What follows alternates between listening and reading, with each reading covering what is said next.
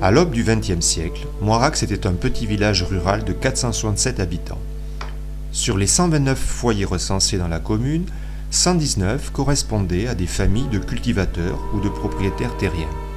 Le 13 novembre 1913, le maire Jean Lannelongue célébrait un double mariage, celui de Jean Raymond, âgé de 25 ans, avec Marie-Anne Dumas, 18 ans, et celui de sa sœur Élia Jeanne Raymond, avec Joséphin Lafont. La vie du premier couple devait être de courte durée.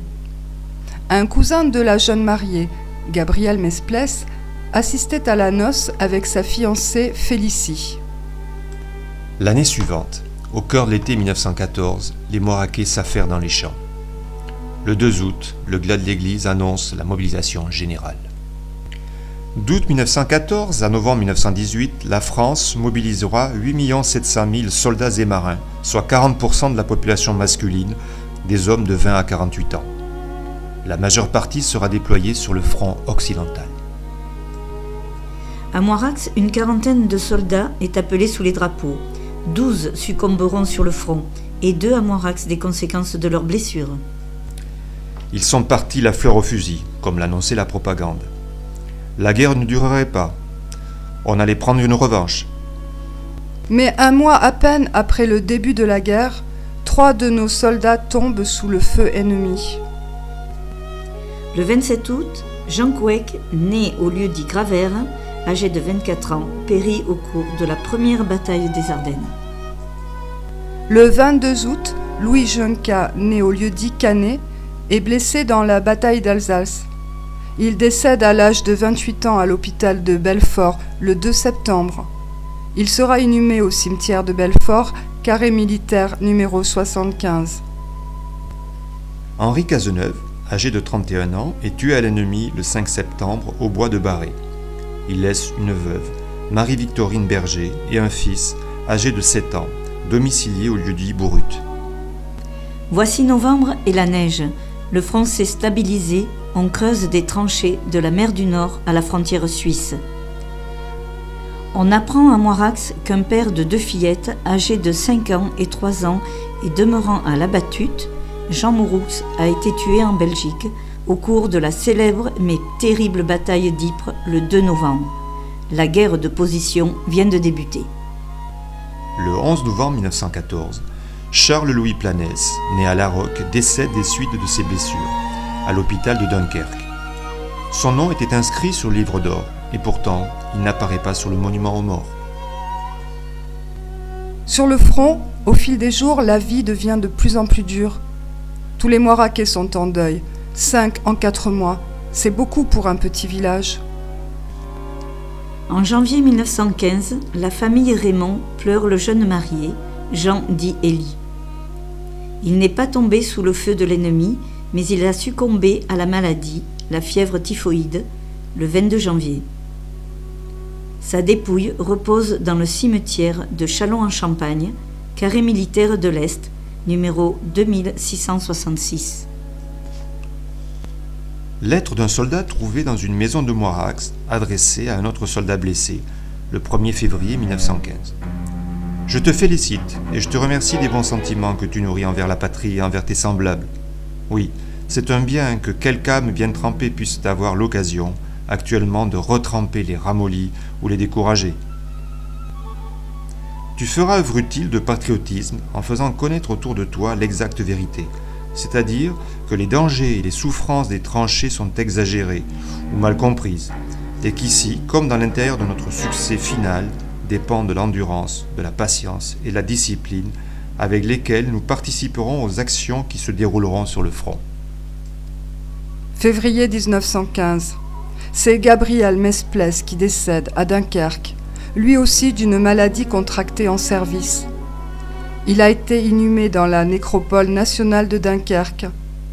Il habitait au lieu d'Isère et engagé volontaire. Il n'avait que 20 ans. La guerre de position se prolonge. C'est l'enfer des tranchées pour les poilus. Tirs d'obus, gaz, assauts à la baïonnette alternent avec de longues phases d'inaction. Quelques mois plus tard, l'avis de décès de Joseph Boué, qui arrive en mairie, porte la mention « Tué à l'ennemi », le 14 mai 1915 à Roclincourt, dans le Pas-de-Calais. La citation à l'ordre de la division indique « Très bon soldat, a trouvé une mort glorieuse en s'élançant à l'assaut devant Roclincourt. » Il avait 24 ans et habitait au lieu-dit Pic. Jean Cazobon était né à Aubiac. Il fut mobilisé à sa demande. Il avait à peine 21 ans et il disparut le 16 août 1915 à la Harazé dans la Marne. Il est difficile de savoir où il habitait. Il n'apparaît pas dans les recensements de 1911 de Moirax et d'Aubiac. Le dernier soldat qu'on pleurera en septembre de la 2e année de guerre, c'est Ernest Larue. Il était caporal, il disparaît le 25 septembre 1915 à Baconne dans la Marne, mais le décès n'est constaté que le 19 décembre. 3 mois d'inquiétude pour la famille. Il avait 32 ans, habitait au lieu-dit Jean Bouet. Il était marié et laissait un petit garçon de 2 ans. Sa dépouille repose dans la nécropole Bois du Puy à Aubérive, dans la Marne. Le 20 juillet 1916, au moment où se déroule la terrible bataille de Verdun en Argonne, Théodose Lespès décède en Alsace des suites d'une blessure de guerre. Il était né à La Romieux, mais résidait avec son épouse Clémentine Lataste à l'Écussan, où il était domestique. Il a été inhumé dans la nécropole Chêne-Millet, dans les Vosges.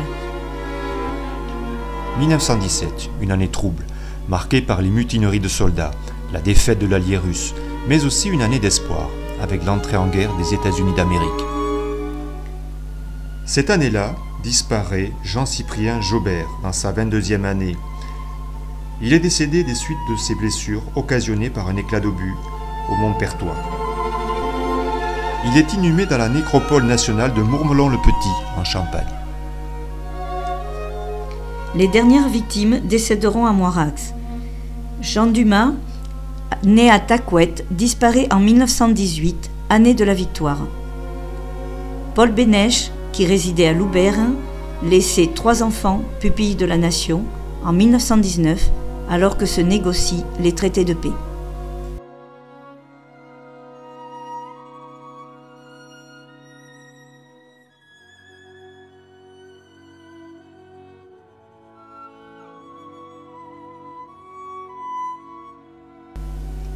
En 1919, la nouvelle Assemblée nationale, surnommée la Chambre Bleu Horizon, se compose d'anciens soldats. Les députés décident, le 25 octobre 1919, la construction de monuments aux morts dans toutes les communes françaises. Un document officiel, appelé Livre d'or, établissait pour chaque commune la liste des soldats. Le monument aux morts de Moirax a été érigé par décision du conseil municipal du 5 août 1920, au centre de la place de l'église, pour un montant de 5 800 francs. Le sculpteur Georges Vivant en est l'auteur. En 1965, à la demande du service du ministère des Affaires culturelles de l'époque, il a été déplacé parce qu'il gênait la perspective de la façade et du porche de l'église. Les soldats moiraquais ne se sont pas illustrés dans des faits d'armes d'exception. Ils n'ont pas été des héros, mais ils ont accompli leur devoir de citoyens et défendu vaillamment leur patrie. Ce montage a pour seul objectif de les tirer de l'oubli quelques instants, et ainsi de rendre hommage à leur courage et à leur esprit de sacrifice.